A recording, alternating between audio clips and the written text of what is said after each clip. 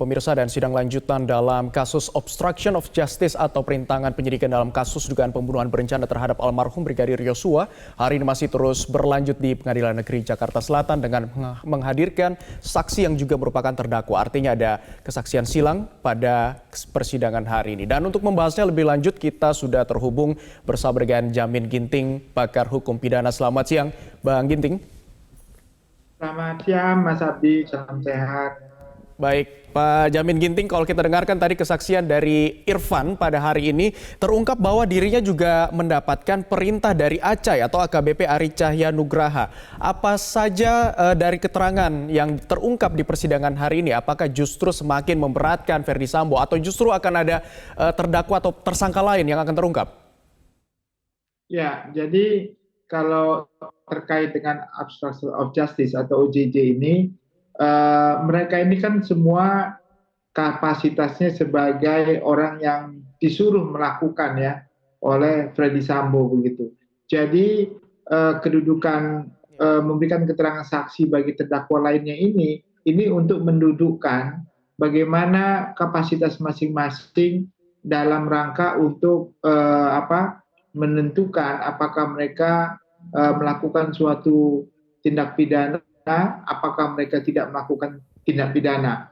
Nah, dalam konteks obstruction of justice itu harus dipahami harus ada unsur kesengajaan. Jadi ada niat kehendak untuk membuat suatu informasi tersebut tidak dapat digunakan, tidak dapat diakses atau merusak sehingga mengganggu proses penyidikan.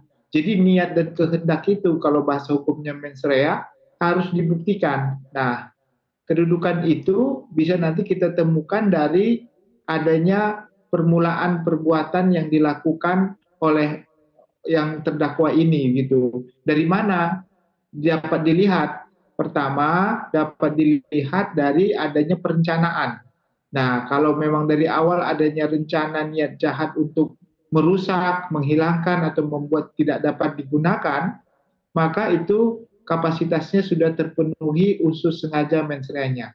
Tetapi kalau ada ajudan atau anak buah yang hanya melaksanakan perintah di mana diketahui itu perintahnya yang benar menurut pendapatnya dan dia melaksanakan perintah itu dan sudah selesai, tetapi setelah selesai dia mengetahui ternyata di belakang hari itu perintah yang salah, justru agak sulit dan tidak memberikan rasa keadilan kalau orang-orang seperti ini harus dihukum begitu, Mas Abdi. Tapi Bang Jamin, yang juga menjadi perhatian dalam persidangan hari ini adalah bahwa ini perintah lintas divisi. Apa yang dilakukan oleh Irfan ini ternyata bukan dari atasan yang langsung. Tadi dikonfirmasi oleh hakim, dikatakan bahwa tidak ada surat perintah yang diberikan. Kemudian Irfan juga tidak minta izin atau tidak melaporkan ke atasannya dan justru langsung melakukan perintah dari Agus Nurpatria. Sementara mereka lintas divisi berbeda. Ini seperti apa tanggapan Anda?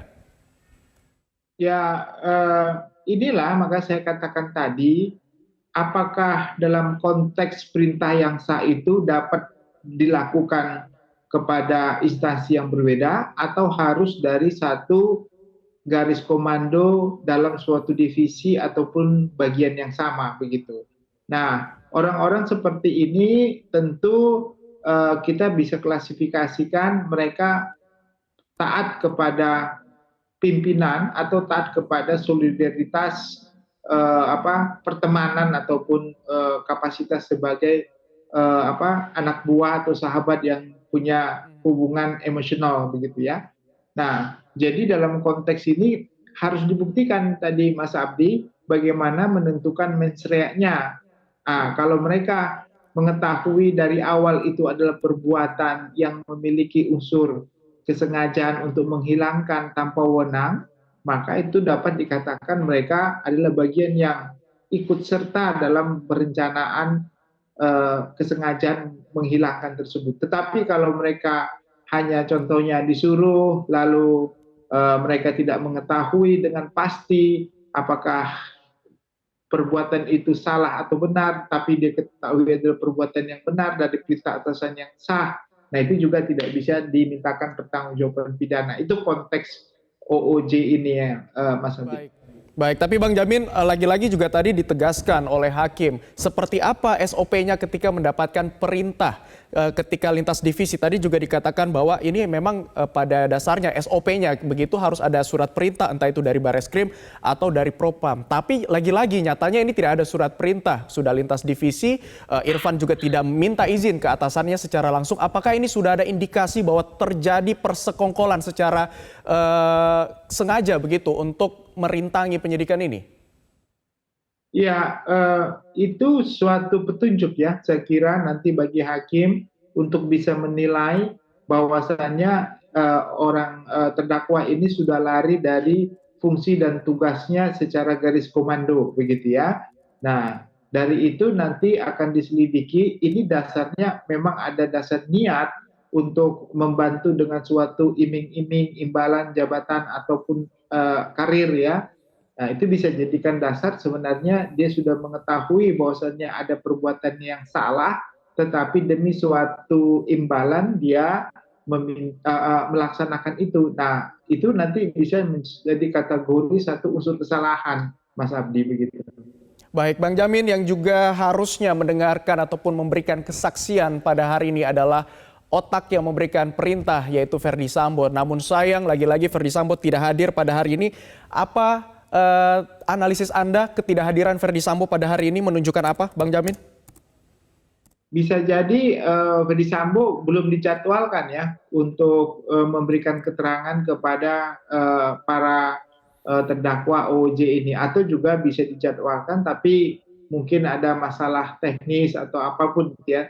Tadi kita harus tahu kalau memang sudah dijadwalkan tidak hadir, maka di sidang pertama biasanya jaksa menyampaikan kalau tidak bisa hadir, kan ditanyakan ya. Tadi kalau memang tidak ditanyakan berarti memang belum dijadwalkan, begitu Mas Adi. Baik, terakhir Bang Jamin, singkat saja, kesaksian dari terdakwa hari ini apakah benar-benar semuanya akan kompak untuk mengamankan diri mereka sendiri, karena kita tahu sebelumnya mereka sudah secara terang benderang begitu bahwa perintah ini dari Ferdy Sambo. Semua mereka yang lakukan hari ini karena perintah dari Ferdy Sambo yang terlibat. Apakah keterangan mereka untuk mengamankan diri mereka sendiri atau seperti apa? Ya, tentu kalau kita bisa katakan ini kan semua korban ya sebenarnya ya dari rekayasa, dan sudah mereka, Ferdy Sambo juga sudah mengakui dan meminta maaf kepada mereka semua. Tetapi secara tanggung jawab hukum mereka harus diklasifikasikan menjadi 3 jenis ini, Mas Abdi. Satu, orang yang memang secara ring satu ya, yang mempunyai niat jahat. Yang kedua, yang mengetahui tapi tidak menghindari. Yang ketiga, sama sekali tidak mengetahui dan tidak bisa menolak perintah tersebut karena mereka dalam kondisi yang relasi kuasa yang sulit untuk bisa menolak, begitu Mas Adi. Baik, terima kasih Jamin Ginting, pakar hukum pidana, sudah bergabung bersama kami di Breaking News Metro TV.